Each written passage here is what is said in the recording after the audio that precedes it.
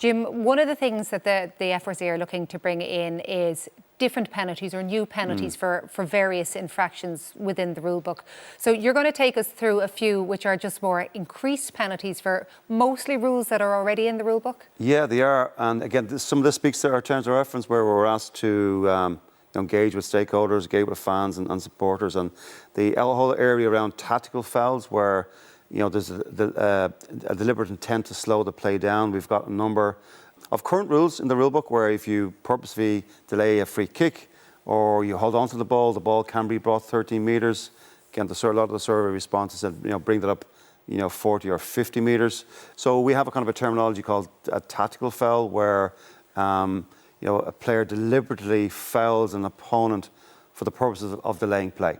And if that happens in the game, what we're proposing is that the ball is brought forward 50 metres from the point of where the foul occurred. That is obviously a massive, massive penalty to incur as well. What about the case to be made for, well, are you looking to speed up the game or are you just looking to police people's manners on the pitch? Yeah, I suppose a bit of both. We do talk a lot in the association about give and get respect. And, we have a dissent rule that we'll talk about later on about driving that message home because we're simply ignoring it on the dissent area. But go back to the tactical foul bit. It is a bit about respecting your opponent, and part of the rule proposal is that you will have to hand the ball back to the player that you would have fouled in a prompt and respectful manner. So you can't leave the ball on the ground. You can't give it back to the referee. You can't throw it in the air. You need to give the ball back. So yes, it speaks about respect, but also what we've seen in the trial games, Joanne, is it really, really speeds the game up. I give the ball back to you, and the player might take a solo and go, and they're off again.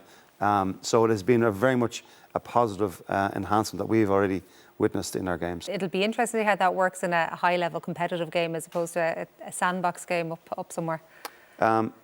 If it's the rule, it's the rule, and that's what we, when we look at, we looked at 165 separate rules in the rule book as a committee, and there's quite a lot of rules that are not being enforced and applied by match officials. This is one, if it comes in, we'd want to see enforced. Are you confident that it would be? I am.